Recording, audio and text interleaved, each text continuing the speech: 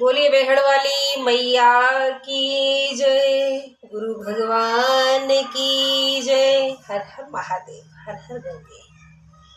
सभी भगवत प्रेमियों को मेरा प्यार भरा राधे राधे।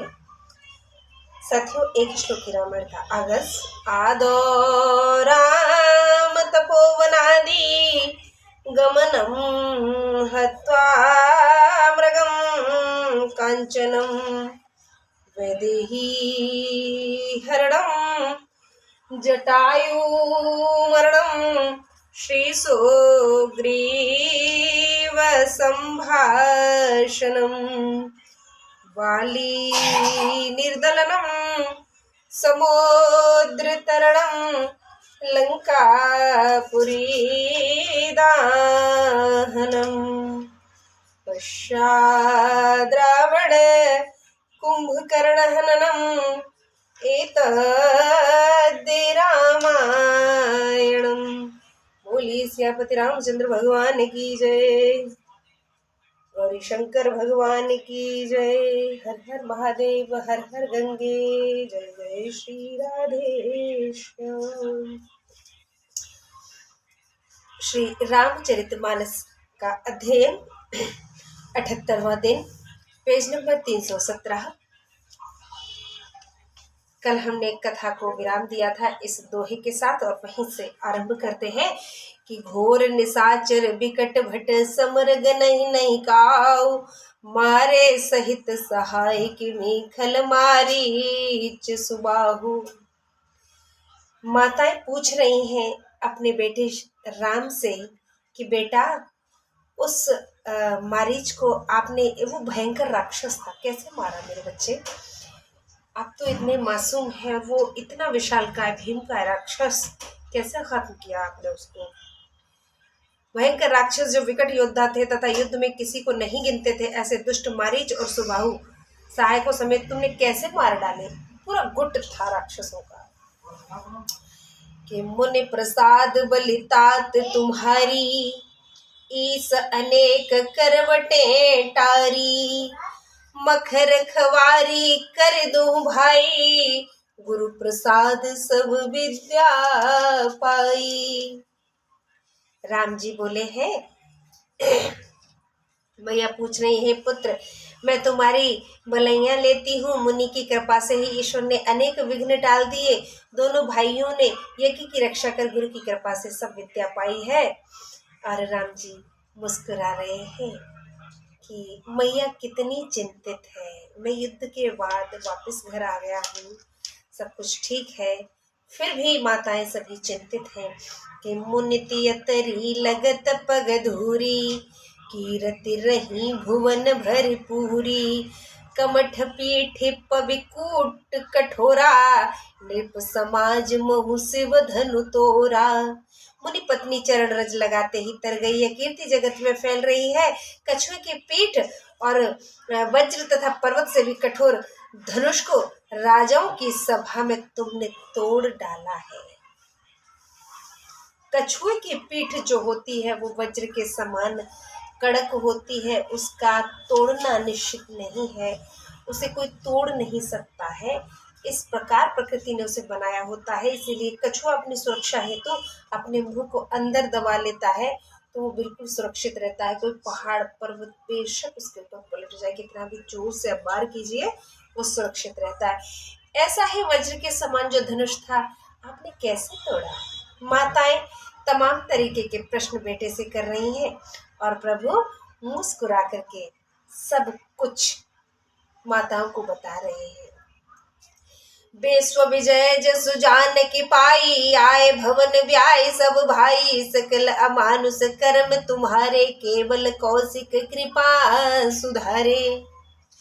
विश्व विजय का यश और जानकी जी को पाया और सब भाई विवाह कर घर आए, तुम्हारे सब कर्म अमानुषी हैं, ये केवल विश्वामित्र जी की कृपा से सिद्ध हुए। मैया कह रही हैं, कोई साधारण मनुष्य तो इस सब काम को नहीं कर सकता है बेटे, अमानुषी आपके काम है, ये गुरु विश्वामित्र की वजह से हुआ। मुनि विश्वामित्र की जो कृपा है उसी वजह से आपने इस सब को हासिल किया है और आप ये सब करने में सक्षम रहे हैं।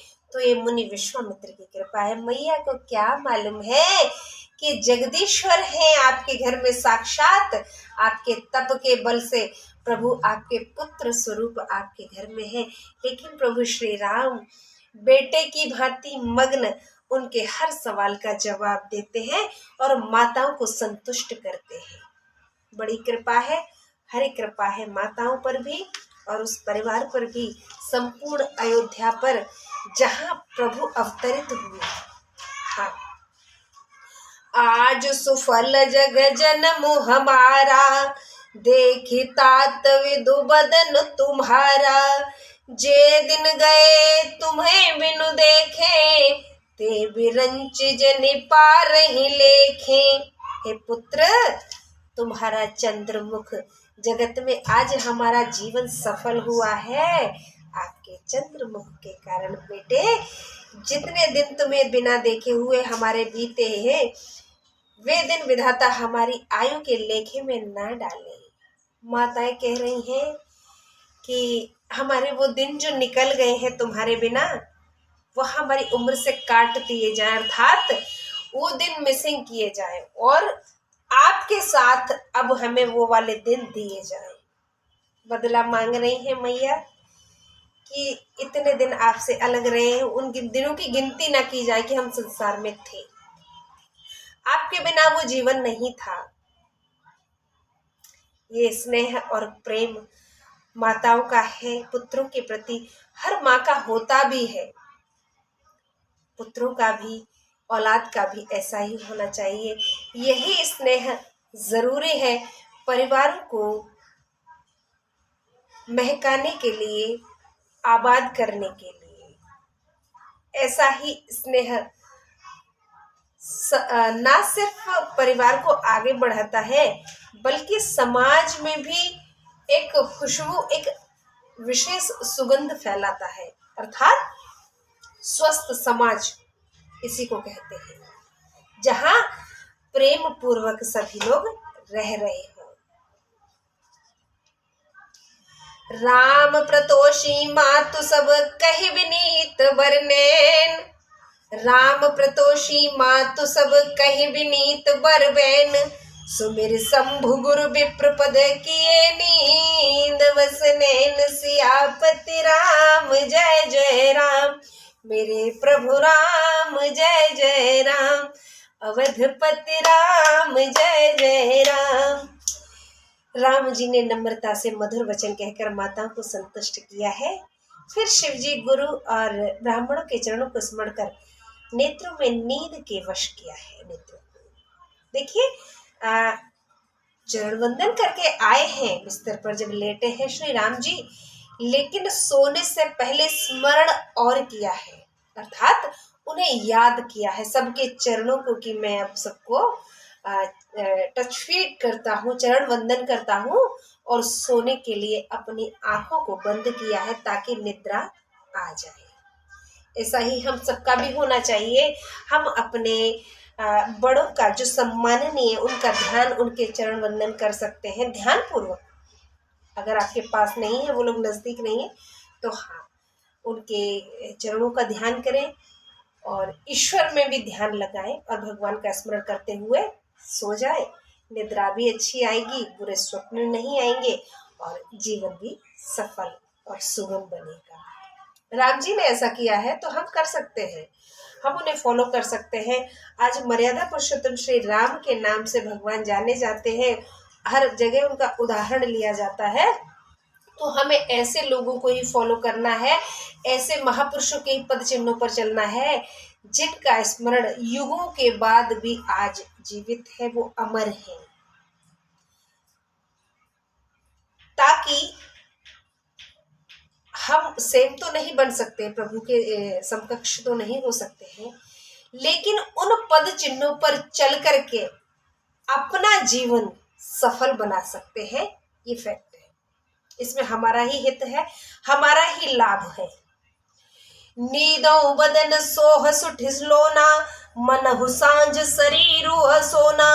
घर घर करहि जागरण नारी, देहि परस्पर मंगल गारी। नींद में भी सलोना मुख ऐसा शोभित हो रहा है मानो संध्या समय लाल कमल सुशोभित हो। रात में घर घर स्त्रियां जागरण कर रही हैं, आपस में मंगल गाली गा रही हैं कि पूरी विराज तिराज तिरजनी और रानी कहीं बिलो कहूँ सजनी, सुंदर बधुन सासुले आई कल कल जन सिर मनि उर्गाई। रानियां कहने लगी हैं, सखियो अयोध्यापुरी की शोभा को देखो, आज की रात कैसी सुहावनी लगती है। बहुओं को लेकर सासू सो गई, जैसे नागिन मड़ियों को हृदय में छिपा लेती है। अपनी अपनी पुत्र वधुओं को लेकर के सासें सोई है। ये रिवाज है, ये ट्रेडिशन आज भी जीवित है हमारे यहाँ, और आज भी ये परंपरा रहती है। पहले दिन जब दुल्हन आती है तो वो सास के पास ही सोती है। हमें भी ये सौभाग्य प्राप्त हुआ था, और मैं तो कहती हूँ कि हर किसी को ये सौभाग्य मिले, हर किसी को। प्रात पुनीत काल प्रभु जागे, अरुण चूड़ भर बोलन लागे, बंदी माग धनी गुन गन गाए, पुरजन द्वार जोहारन आए। प्रातः काल पवित्र मुहूर्त में प्रभु जागे, सुंदर मुर्गे बोलने लगे, भाट व मागध गुड़ावली गाने लगे, नगर निवासी जोहार करने लगे, राज द्वार पर आए कि जननिन सादर बदन निहारे, भूपति संग द्वार पगुधारे। ब्राह्मण देवता गुरु पिता और माता को प्रणाम कर आशीर्वाद पाकर सब भाई प्रसन्न हुए। माताओं ने आदर से सब पुत्रों के मुख देखे, फिर चारों भाई राजा के संग द्वार पर आए। सुबह होने पर कीन सोच सब सहज सुचि, परम पुनीत नहाय, प्रातः क्रिया करता तपहि, आए चारु भाई। स्वभाव से ही पवित्र चारों भाई शौचादि से निवृत्त हो पवित्र सरयू नदी में स्नान कर प्रातः क्रिया करके पिता के पास आए हैं। इसीलिए माँ सरयू को, मैया सरयू नदी को पवित्र माना जाता है, और आज भी इतनी पवित्र है माँ। एक बार जो स्नान कर ले वो जीवन मरण से मुक्ति प्राप्त कर लेता है, ऐसा आज भी माना जाता है। सरयू नदी का ये प्रभाव है। अयोध्यावासी धन्य हैं, जो लोग भी अयोध्या में जन्म ले रहे हैं सभी वे धन्य हैं, और जिनको समय मिलता है, मौका मिलता है जाने का, वो जाते भी हैं। ईश्वर की सब पर कृपा बनी रहे। जो जो इच्छुक हो वो मैया के पास जाए, स्नान करें, चरण रज जो प्रभु की आज भी जीवित है अयोध्या में, उसका वंदन करें, उसको अपने माथे से लगाएं। ये सबसे बड़ा हमारा सौभाग्य है कि जहाँ स्वयं ईश्वर अवतरित हुए हैं वहाँ के हम निवासी हैं।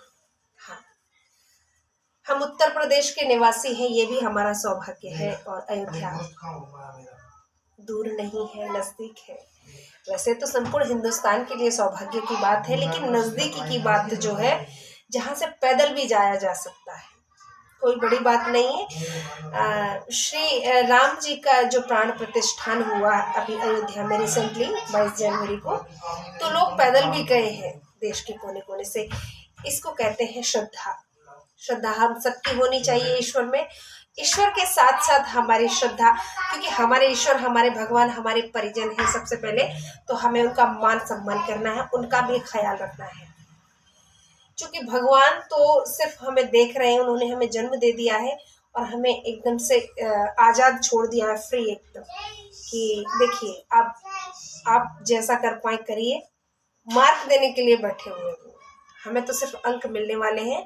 तो जीवन की इस परीक्षा में हमें सफल होना है, इसलिए हमें हर वो अच्छा काम करना है जिसकी युगों युगों से कामना की जाती रही है, वर्णन होते रहे हैं। ऐतिहासिक जो हैं चीज़ें, जैसे कि हमारी वजह से किसी को तकलीफ ना हो, हम सदाचारी बने, तो यही अच्छे आचरण हमें अपनाने हैं।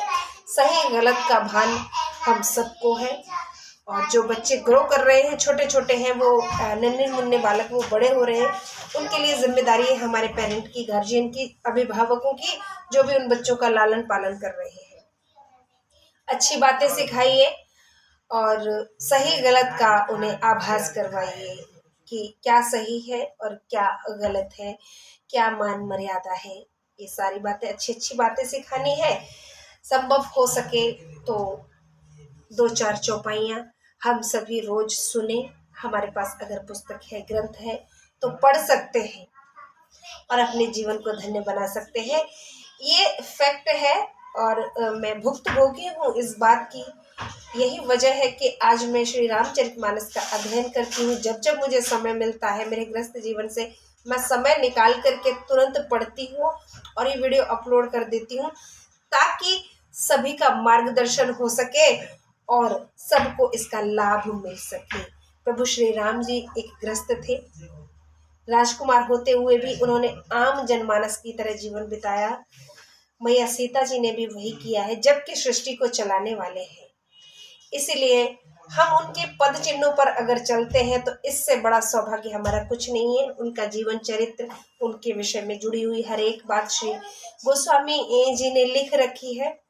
हम सब जब जब समय मिले पढ़े, समय नहीं मिलता है तो हम लोग वीडियो के माध्यम से देख करके और उसको फॉलो कर सकते हैं। ये सबसे बड़ा सौभाग्य है यूट्यूब का। यूट्यूब के माध्यम से हम सबका मैं कहूँगी, और यूट्यूब को मैं बार बार थैंक्स बोलूँगी कि इसकी वजह से हम लोग इतना ऑनलाइन हो पाते हैं सभी के सभी, और इंटरनेट पे चीज़ें अपलोड कर पाते हैं, है ना। तो तमाम साइट हैं, ज़रूरी नहीं है, यूट्यूब पे भी है, विकिपीडिया पे भी बहुत कुछ, गूगल पे आपको मिलेगा, लेकिन यहाँ क्या है, आपको वीडियो देखने को मिल जाता है। फेसबुक पे भी बहुत कुछ है, अब तो व्हाट्सएप पे भी चीज़ें नया नया क्रिएशन हो रहा है, इंस्टा पर भी है। जहाँ से भी आपको अच्छी चीज़ें मिलती हैं, जो भी साइट आप चलाना पसंद करते हैं, जो भी ऐप आपको पसंद है, जो भी सोशल साइट आप यूज़ कीजिए, लेकिन प्रभु चिंतन करते रहिए। सबका निचोड़ एक सीधी सी बात। आज की कथा को यही विराम देते हैं।